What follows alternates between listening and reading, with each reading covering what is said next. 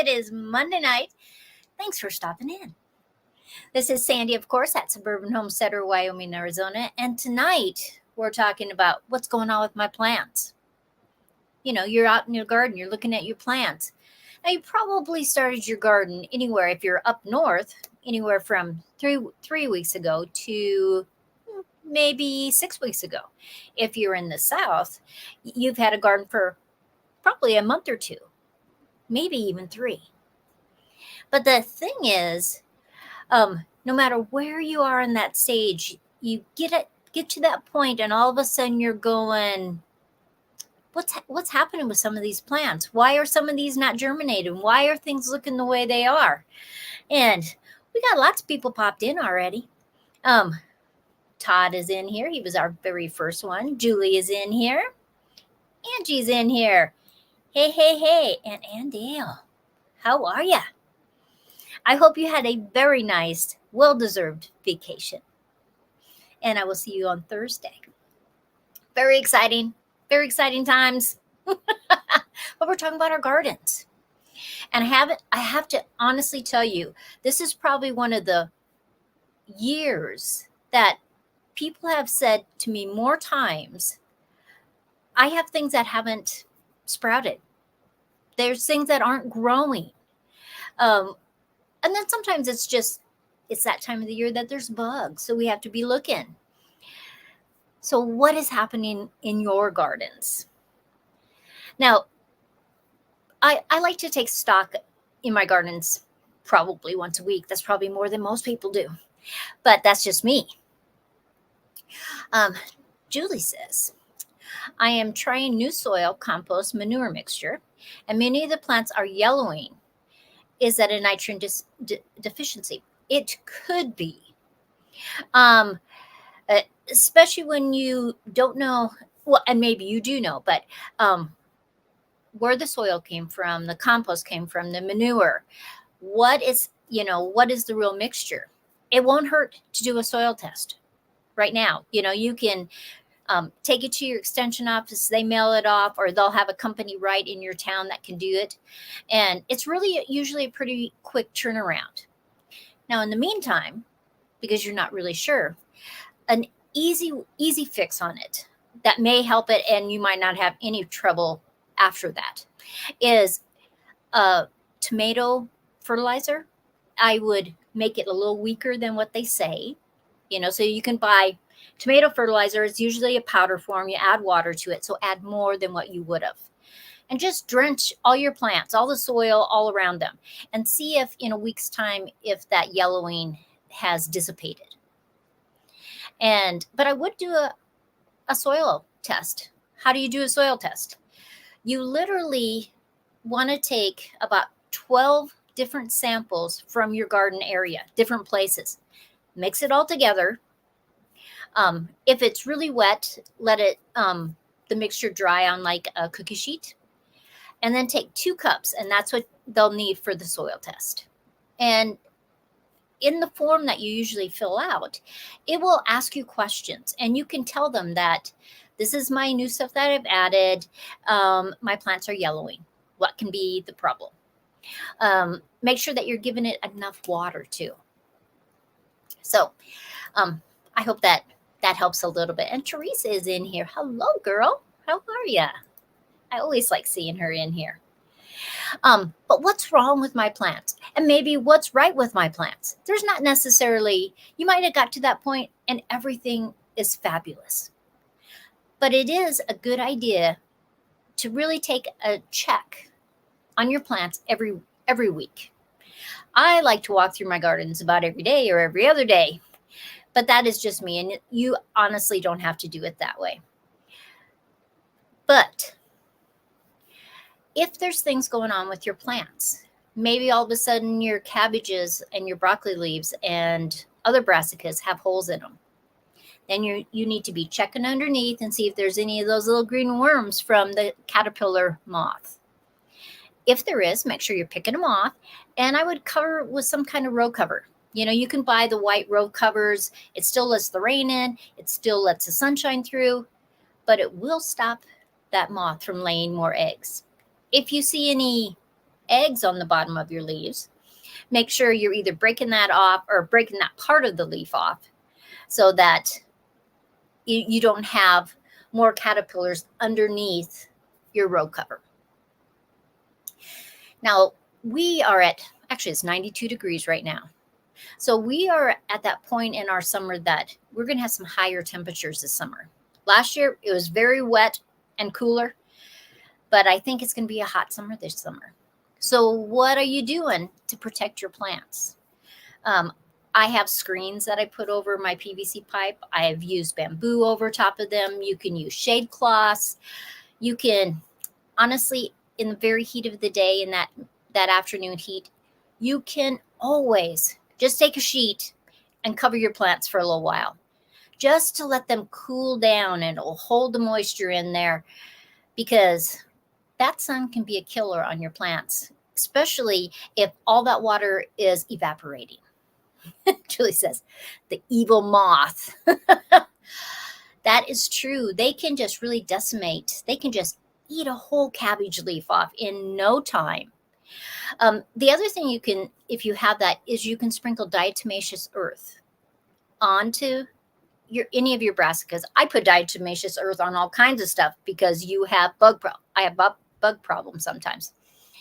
And I even sprinkle it on the ground in case one of those little caterpillars falls to the ground. It is not good for them. I always get the diatomaceous earth that is actually food grade. And you can buy that. I just think because it's going on my vegetables, I want it to have food grade. It's a messy thing to put on. I mean, you'll get dust all over the place. So you probably should wear a mask. I honestly don't usually. Sorry to tell you that. But it does have, is it silica? I think it's silica. That's part of it, a chemical that's in there. So you probably should wear a mask. I'm just really careful, and I'm dumping on my plants at a distance. So, Anne has recently had an attack of hornworms. Now they can decimate a tomato plant. And there's so much the color of a tomato plant. Sometimes you miss them. And so it's really, you just got to pick them off. But you can put diatomaceous earth on your tomato plant. It will not hurt it. But anything that has a soft belly, it will help because it irritates their underside, and it can actually kill them. If they ingest it, it can kill them. And so I think it is good. Julie says that she's heard that cinnamon and cayenne are good deterrents. I think they can be. They're very easily washed away, where the diatomaceous earth will stay on there farther or longer. You know, like when it's watering, it probably takes 2 or 3 waterings before my diatomaceous earth is gone off of there. Can you use baking soda to keep bugs off your plants? I think you could. I'm not sure, because baking soda is so fine that it would irritate the soft-bellied insect enough. But baking soda is good for your soil. And so you could put it around there and sprinkle it on top. It's not going to hurt it. I mean, there's plenty of people that put baby powder when they have flea beetles because it's an irritant to them. I have just found that the diatomaceous earth works just so much better. So we just bought a great big 50-pound bag at the co-op, and we've had it for several years. And when I need it, like every year, I get these little caterpillars on my gooseberries. Rarely on my currants, but every once in a while on a currant, but mostly the gooseberries.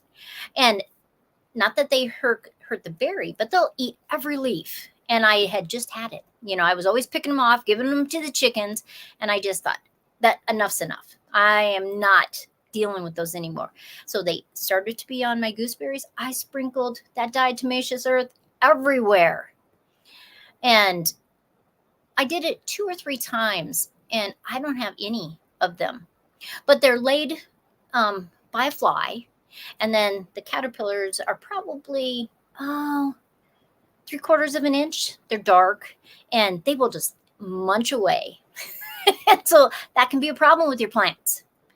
And so if you see anything like that, go on the offensive and just do anything you can. I mean, you can literally spray them and it will spray off the plant. But if they aren't killed, they will climb back up onto your plant and try to eat again, because that's their whole life, eating. There's just things to do. Now, also, it's that time of the year, or almost that time of the year, to think about your fall garden. Like if I'm going to plant more cabbages for a fall harvest, I need to be able to honestly start those plants right now. Just after the 1st of July, I already have my packet ready. I'm planting more carrots, because if I plant all my carrots at one time, then it's mayhem. I have so many carrots to harvest, and I have to figure out what to do with them. And it used to be that I would store them actually in great big garbage cans that had kind of damp straw in them. And I would put a layer of straw, then I'd put the carrots, layer of straw, and I would leave them in my garage. Same with my potatoes. And I would put the biggest ones on the bottom, the smallest ones on the top, and I would have carrots and potatoes for all through my winter. So it was fabulous, but we're not here. And so I don't want to do that. But in the chat, what things are going on in your garden? Now, my friends in Mississippi, Shelly and Doug, their corn is taller than Shelly. In fact, it looks like about 6 feet tall already. My corn, because I live in the north, is it's about a foot tall. I don't know if it's going to get knee high by the 4th of July, but maybe it will. If we have warm nights, it definitely will.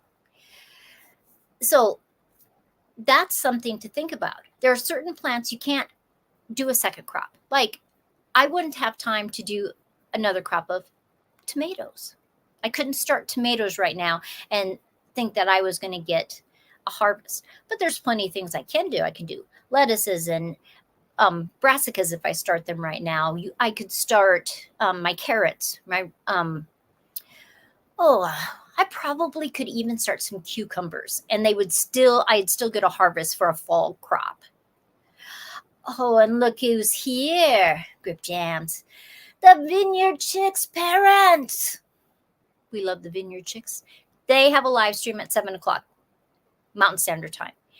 So just in 45 minutes, they have a live stream. You hear some great music and hang out with the girls. So it's always fun. Now, what are the things? How many people are growing potatoes? I love growing potatoes. I have potatoes in the ground. I have potatoes in a raised bed. I have potatoes in bags. And at the end, I'm just going to show all the different potatoes. So, Todd says, can I plant green beans right now? Yes, you can, because that is something that's faster. I would probably do the bush beans, not the pole beans, because they take a little bit longer to be ready, to harvest. But green beans, easily you could plant right now and still harvest. So you just have to look at when is my first frost in September or October. And that can really tell you if you can plant, like my carrots that I'm going to plant after the 1st of July, because mine are 75 days and I want them done about mid-September. So then I'll have all of July, all of August, and into September, and then I can harvest these. And they will be fresh, and I should be able to stretch them all the way to the end of September, not, let them get a little bit bigger, and then I can take them to Arizona. See, thinking. It's weird when you live in 2 different places. It's crazy. So Julie says, I have a bit of flexibility. First frost in December, last in early February. See, this is in Arizona too. Where I live in Arizona, there's actually 3 weeks that has the possibility of frosting. Now, Does it frost? No. Has it ever frosted? Questionable. I mean, some people say it has. Some people say that it's snowed a couple times in the history of Yuma, Arizona. My dad has been going down there for 25 years, my mom and dad. And my dad says he has never seen frost. He says there might be a little bit on a windshield, but he says not what you would really call frost. I have not seen it in the time that we have been going to Arizona. And so that gives you a lot of flexibility. But in Arizona, if you live there all year, it can be way too hot in the summer. So you got to do protection on those plants. Julie says that she never gets a hard freeze, rarely below 36. See, that's a benefit of being in the South, in the really warm South. I like it. But I wouldn't want to, like, it has been over 100 in Yuma almost every day for more than a month. I don't want to deal with that. I mean, 92 right now is way too hot. I mean, this morning we were out at the urban orchard. We dug up 5 trees and replanted different trees because we had a really interesting winter when I wasn't here. First, in October, before I always call it going to sleep. The fruit trees, all their energy comes from the branches and goes down the trunk and into the roots. And it just kind of hibernates. It doesn't, it's just hibernating. It's just waiting for springtime. If you get freezes or huge changes in temperature, it can really mess with the tree. So in October, there was a day, I guess, after we had left, that it dropped 50 some degrees in just a couple hours. That is tough on a tree. Then in the middle of the winter, there were days and days and days that it was 60s. And the buds started to swell because they thought spring was coming. And then all of a sudden at night, it would get down 10 degrees, 0 degrees, below 0. And it killed a lot of trees around our town. And so we were replacing them. It was extremely hot, digging up trees and weed whacking.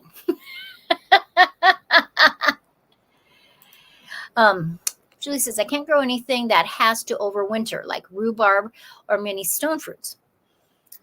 The University of Arizona has been doing some testing of rhubarb. And they have been growing rhubarb as an annual. And so they start the seeds inside in the springtime. So the seeds are growing inside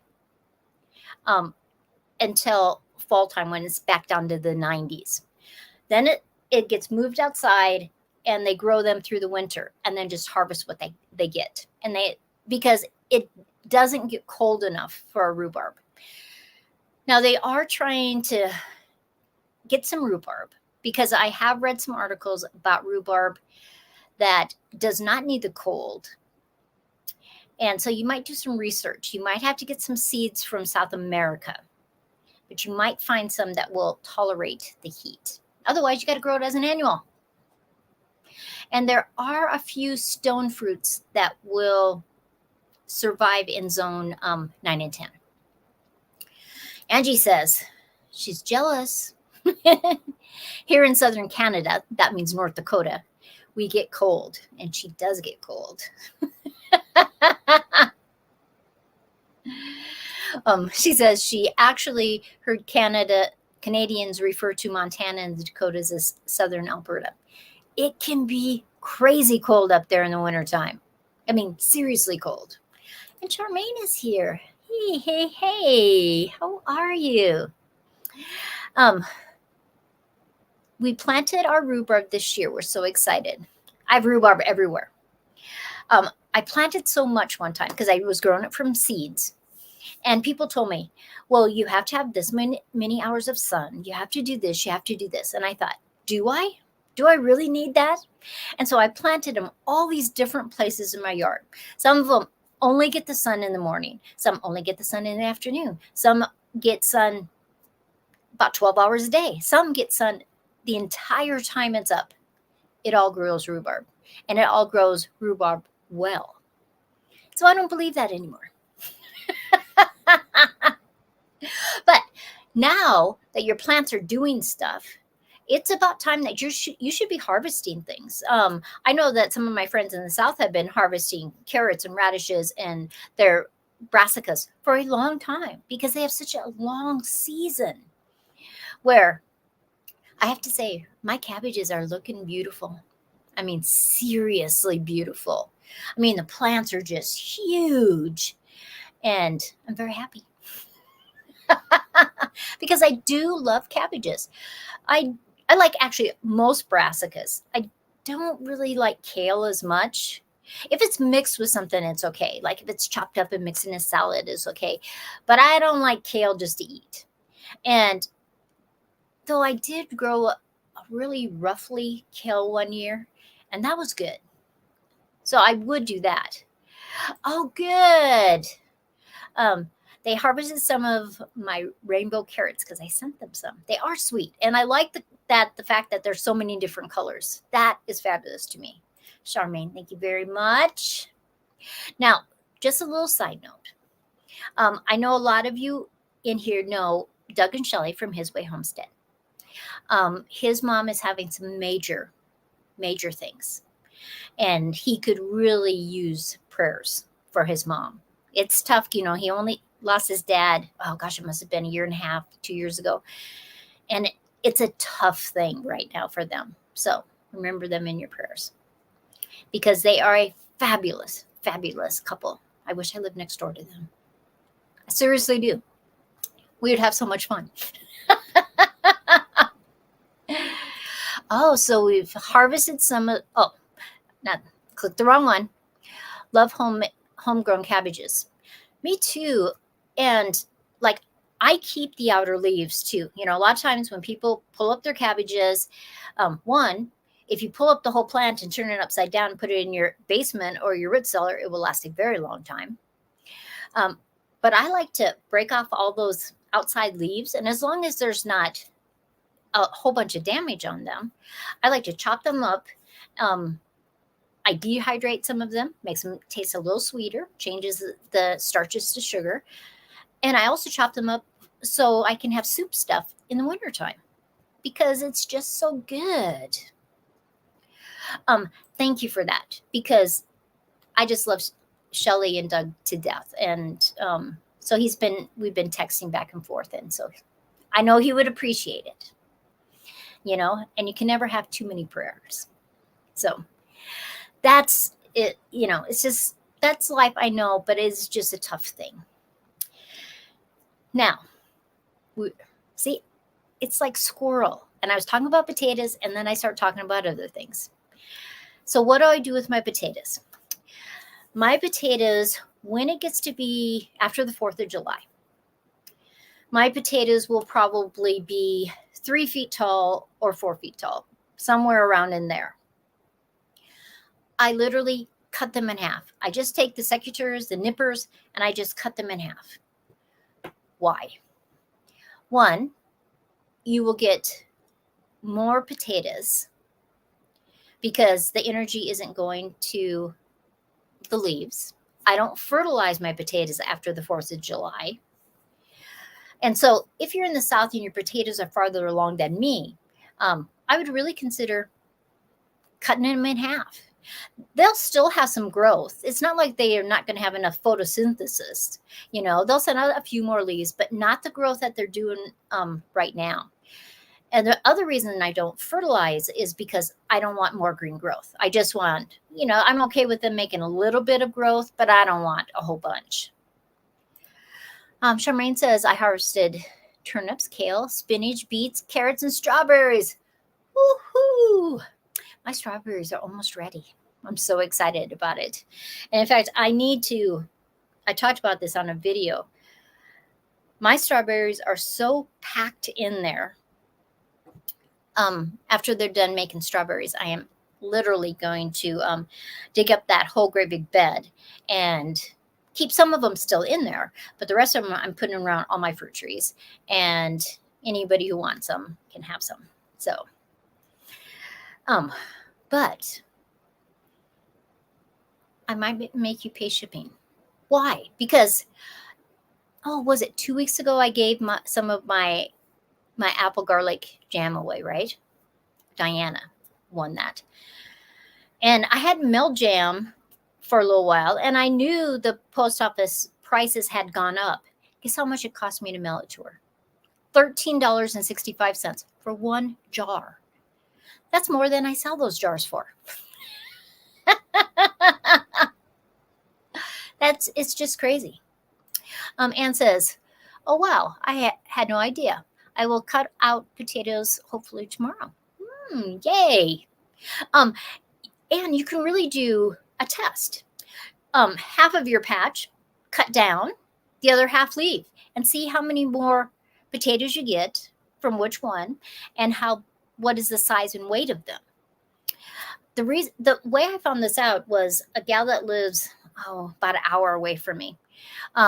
She had huge rows of potatoes, and somebody had told her about that, and she literally weighed all the potatoes. So one great big section got cut in half. The other section she just left. And she said the cut way outweighed the other ones. And so I thought, I'm going to try that. And it's worked every single time.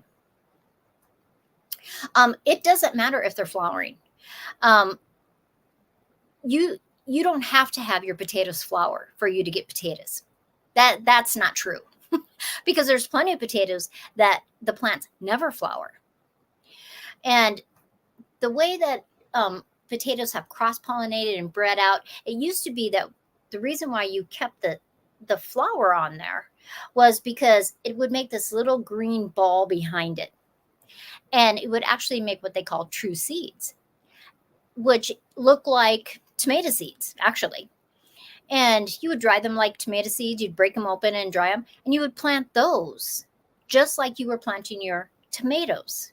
And you would grow the whole plant from a little tiny seed. But it doesn't have to have a flower on it ever, and it's still going to make you plenty of potatoes. It's just not the way it used to work. Angie says that she's freeze drying 8 pounds of strawberries right now. And I need some of those strawberries. So the vineyard chicks are having weird weather here. Strawberries are done. Cherries are ripening when they should ripen later. Black raspberries are coming in hot. That is interesting because my raspberries, I don't have raspberries yet. My strawberries aren't ready. My my cherries that we have in my yard are not ready. The cherries out at the urban orchard, there's cherries there, but they're not anywhere close to being ready. It is weird weather, isn't it? It's crazy. Yeah, and do that. You could have a video and you can just show, okay, this is what I'm doing. And then a video when you weigh all your potatoes. So it's one of those things. I am going to plant my carrots. I'm planting more lettuce because I have a whole bunch of lettuce. Let me see. It's over here in my hydroponics. I mean, way too much lettuce. And so what am I making tomorrow? Lettuce soup. I mean, we've had lettuce on sandwiches and salads. And I did 3 rows, and you should have, you would know better than this. I have way too much lettuce. I mean, I've given it to people. I have way too much lettuce. And then I found this recipe, and it's called lettuce soup. And you can serve it cold or you can serve it warm. And so I'm going to serve it cold tomorrow. And I'm just so excited. I'll do a video on it because most of the time in the United States, we do not cook lettuce. But across the world, they cook lettuce all the time. And so I just thought, I am going to do this and this will be fun. I will let you know, but I bet you it is fabulous. And you put a potato with it. You can put some onions. So I have onions from Arizona. So I'm going to put some of those in there. And I think Angie says she doesn't do lettuce. We never eat it fast enough. Well, you should see how much lettuce I have. And I've picked and picked and picked and picked that lettuce. It's really good though. But I think I can make a big batch. I can put it in containers and freeze it. And then we can have it whenever we want. Oh, Julissa says she's cooked arugula, but not crisp lettuce. Arugula is a funny thing to me. Sometimes arugula, I think, is so good and so delicious. And other times, I think it's horrible.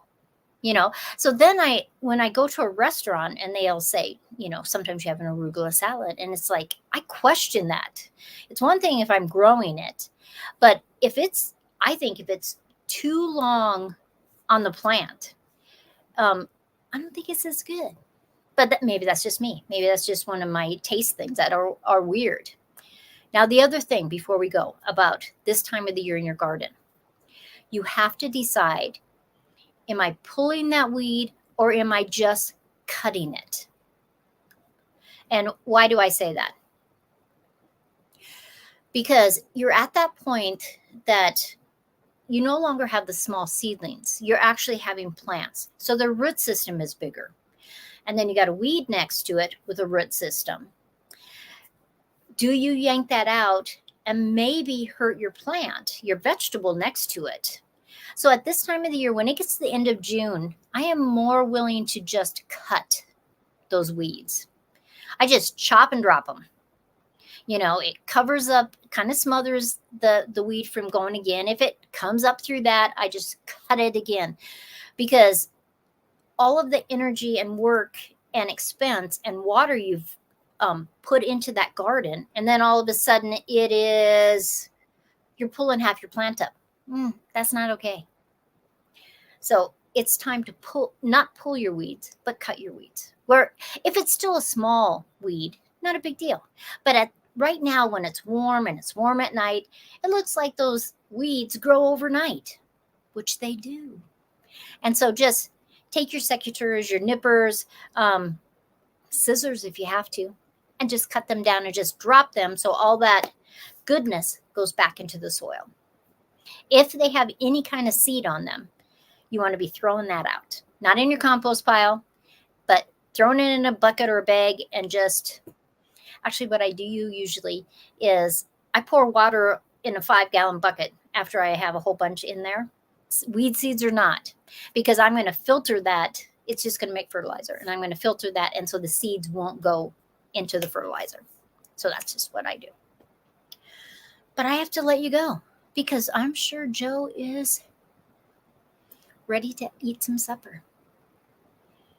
The vineyard chicks, mom and dad, have been giving some of the lettuce to the chickens. Yeah, chickens love lettuce. And,